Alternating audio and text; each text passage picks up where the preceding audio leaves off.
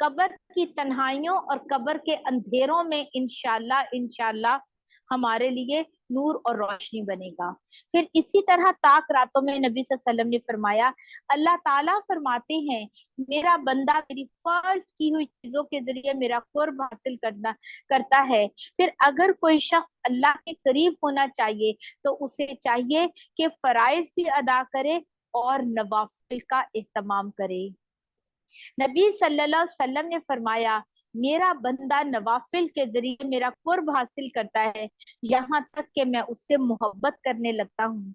جب میں اس سے محبت کرنے لگتا ہوں میں اس کا کان بن جاتا ہوں جس سے وہ سنتا ہے، میں اس کی آنکھ بن جاتا ہوں جس سے وہ دیکھتا ہے، میں اس کا ہاتھ بن جاتا ہوں جس سے وہ پکڑتا ہے، اور میں اس کا پاؤں بن جاتا ہوں جس سے وہ چلتا ہے۔ پھر اگر میرا وہ بندہ مجھ سے کوئی چیز مانگے میں اس کو دیتا ہوں، اگر وہ مجھ سے پناہ مانگے تو میں پناہ دیتا ہوں۔ تو نفلی عبادات جو ہے وہ اللہ کے قرب کا ذریعہ اور دعائیں قبول کرنے کا ذریعہ ہے، اس سے دعائیں قبول ہوتی ہیں، انسان کو سیدھے راستے پر چلنے کی توفیق حاصل ہو جاتی ہے۔ تو انشاءاللہ ان راتوں میں ہم نے اور کیا کرنا ہے کہ نوافل پڑھنے ہیں انشاءاللہ، بہت زیادہ اہتمام کے ساتھ نوافل۔ اور پھر آپ دیکھیں کہ اس کے بعد اور کیا کام ہم نے کرنا ہے انشاءاللہ اس میں، کہ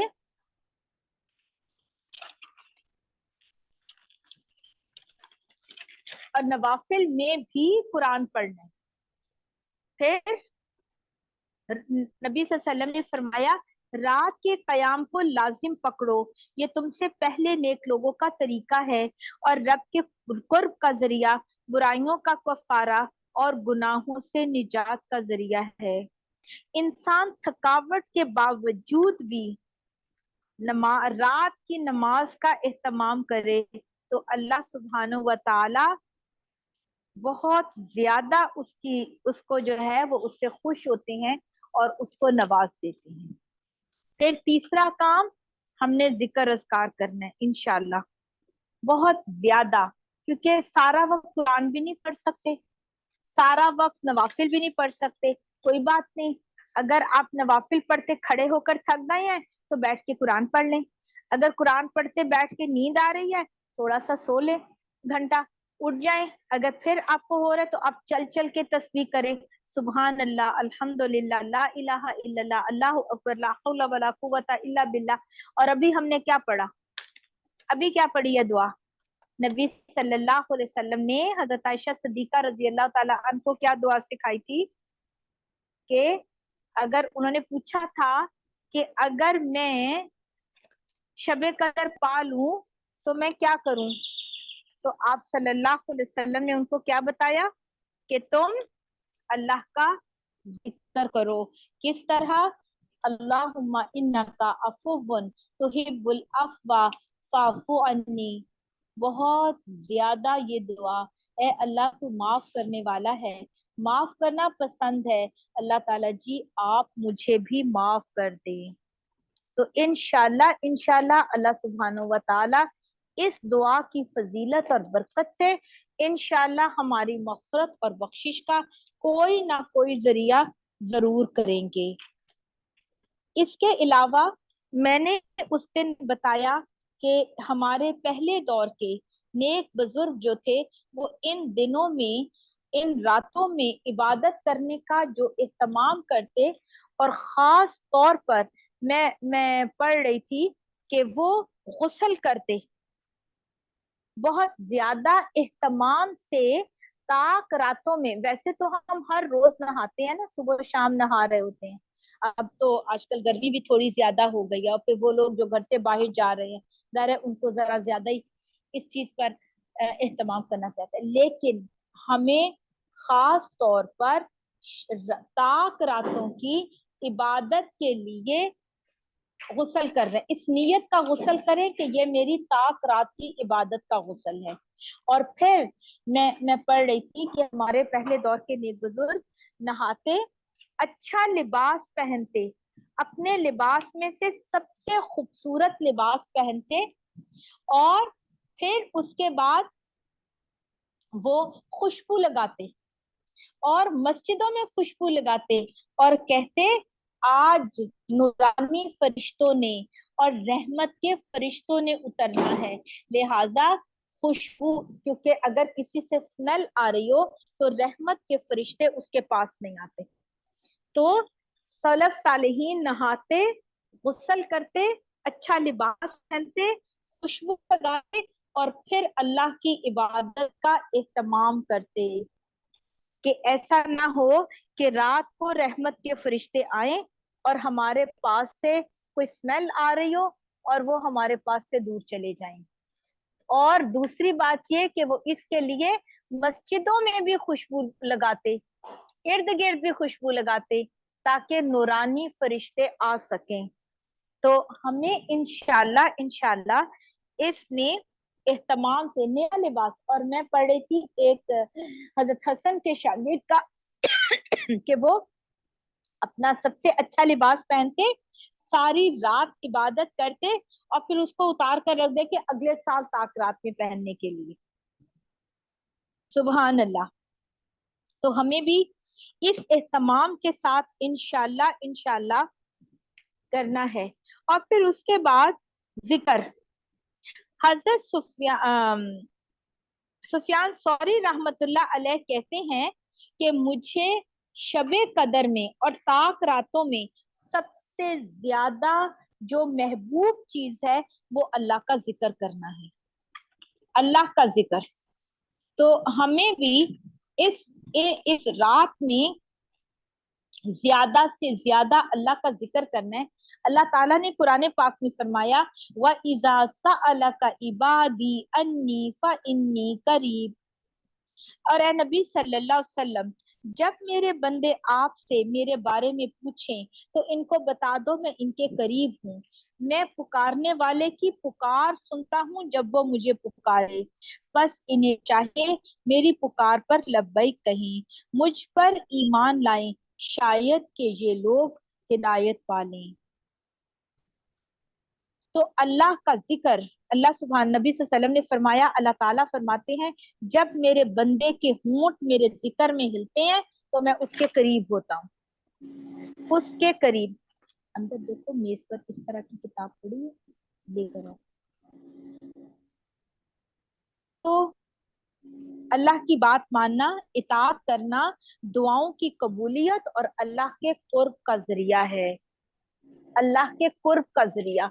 اور یہ جو میں کہہ رہی تھی نا کہ ہماری خواہش ہوتی ہے، ہماری کوشش ہوتی ہے، ہماری دعائیں ہوتی ہیں، لیکن بعض اوقات اس کے باوجود بھی ہم عبادت نہیں کر پاتے، ہم نیکی نہیں کر پا رہے ہوتے، اور کبھی جو ہے وہ مشکل ہو جاتا ہے ہم سے یہ سب کچھ کرنا۔ تو اس کے لیے کیا کرنا چاہیے؟ دیکھیں ہماری زندگی میں کوئی گناہ تو نہیں ہے، کوئی گناہ، کوئی غلط کام، کوئی ایسی چیز جو اس نیکی میں کے کرنے میں رکاوٹ بن رہی ہے، رکاوٹ بن رہی ہے۔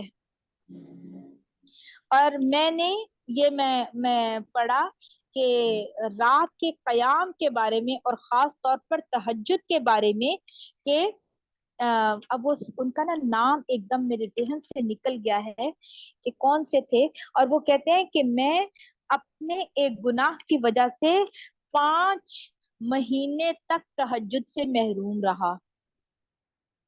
ہم بعض اوقات تہجد اٹھنا چاہتے ہیں، ہم الارم بھی لگاتے ہیں، نیت بھی کرتے ہیں، وتر بھی چھوڑتے ہیں، لیکن پھر نہیں اٹھ پاتے۔ تو کبھی سوچیں اس کی وجہ کیا ہے؟ اس کی وجہ کیا ہے؟ اس کی وجہ بسا اوقات ہمارے اپنے گناہ ہوتے ہیں، ہمارے اپنے گناہ۔ اور گناہ رات کے قیام، چونکہ وہ بہت فضیلت والی بات ہے نا، تو اللہ سبحانہ و تعالی، جی حضرت سفیان ثوری رحمت اللہ علیہ نے کہا، حضرت سفیان ثوری رحمت اللہ علیہ نے کہا کہ میں ایک مرتبہ اپنے ایک گناہ کی وجہ سے 5 ماہ تک رات کے قیام سے محروم رہا۔ پھر بھی میں کہتی ہوں وہ خوش قسمت لوگ تھے جن کو احساس ہو گیا کہ گناہ کی وجہ سے میں تہجد نہیں پڑھ پا رہا. ہم تو بس کہتے ہیں وہ میں تھکی ہوئی تھی, وہ میں ایسے تھی, وہ بچوں نے رات کو ڈسٹرب کیا اور رات کو ایسے ہو گیا اور دن میں ایسے ہو گیا, اور ہم سارا ادھر ادھر بلیم کر دیتے ہیں. حضرت حسن بصری رحمت اللہ علیہ نے کہا, میں نے آدھی رات کی نماز سے زیادہ سخت کوئی چیز نہیں دیکھی. آپ سے پوچھا گیا کیا وجہ ہے کہ تہجد گزاروں کے چہرے بڑے خوبصورت لگتے ہیں. انہوں نے کہا, واللہ وہ اللہ کے ساتھ خلوت کرتے ہیں, تنہائی میں اللہ کی عبادت کرتے ہیں, تو اللہ تعالیٰ ان کو اپنے نور کا لباس پہنا دیتا ہے.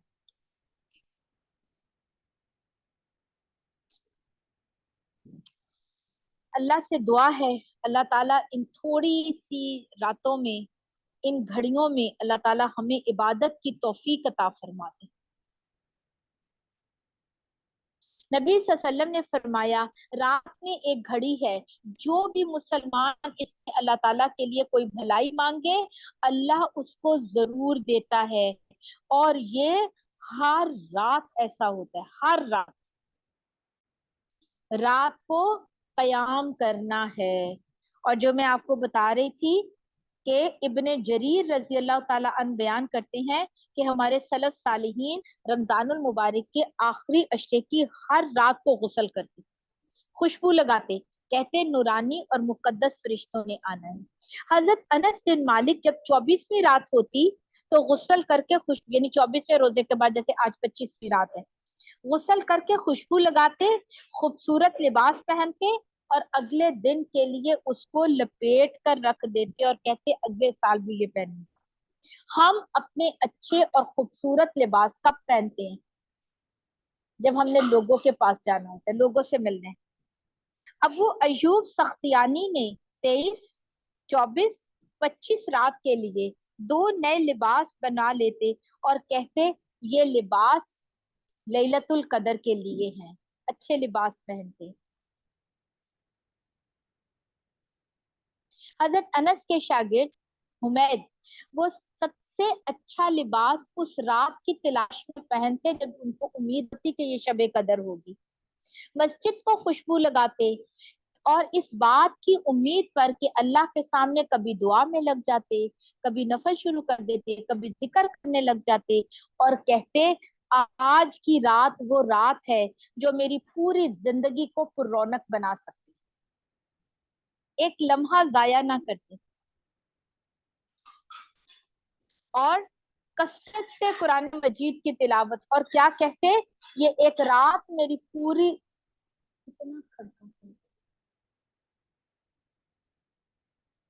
ایک رات میری پوری زندگی کو پر رونق بنا سکتی ہے. لیکن اگر ہم نے یہ رات سو کے گزار دی, غفلت میں گزار دی, تو اللہ سبحانہ وتعالی کا وہ بدنصیب ہے جو اس رات کی رحمتوں سے محروم رہے.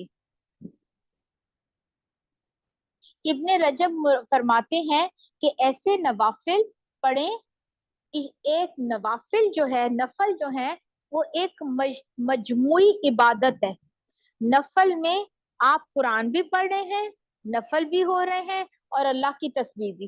رکوع میں, سجدے میں زیادہ سے زیادہ تسبیح کرے تو اللہ سبحانہ و تعالیٰ سے دعا ہے کہ اللہ تعالیٰ ہمیں اس رات کی خیر اور برکت عطا فرمائے. اور چوتھا کام صدقہ و خیرات, اس رات میں بھی کثرت سے صدقہ کریں. اور رات, یہ میں کل بتا رہی تھی کہ رات جو ہے وہ سورج غروب ہونے کے ساتھ شروع ہو جاتی ہے, لیکن افسوس کی بات یہ ہے کہ ہم 10-11 بجے سے عبادت شروع کرتے ہیں اور پیچھے ٹائم کتنا رہ جاتا ہے. آپ روزہ افطاری کے ساتھ ہی رات شروع ہو گئی, سورج غروب ہو گیا, چاند نظر آ گیا, رات شروع ہو گئی. تو اپنے آپ کو وقف کر دیں, چلتے پھرتے اذکار, غسل, دعائیں, خوشبو, قرآن. نہیں پڑھ سکتے تو کسی اچھے قاری کی آواز میں موبائل پر تلاوت سنیں, بار بار سنیں, سخاوت کریں, صدقہ کریں. اللہ سے دعا ہے اللہ سبحانہ و تعالی ہمیں اس رات کی خیر اور برکت سے محروم نہ کرے. ہم جو عبادت کریں, جو ذکر کریں, جو صدقہ و خیرات کرے. اللہ تعالیٰ اس کو اپنی بارگاہ میں اعلیٰ درجے کی قبولیت عطا فرمائے. وآخر دعوانا ان الحمد للہ رب العالمین. پلیز اگر آپ میں سے کسی کا کوئی سوال ہے تو اب آپ لوگ کوشچن پوچھ سکتے ہیں.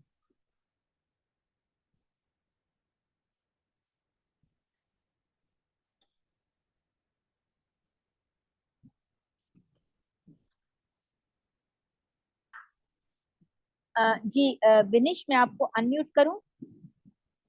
جی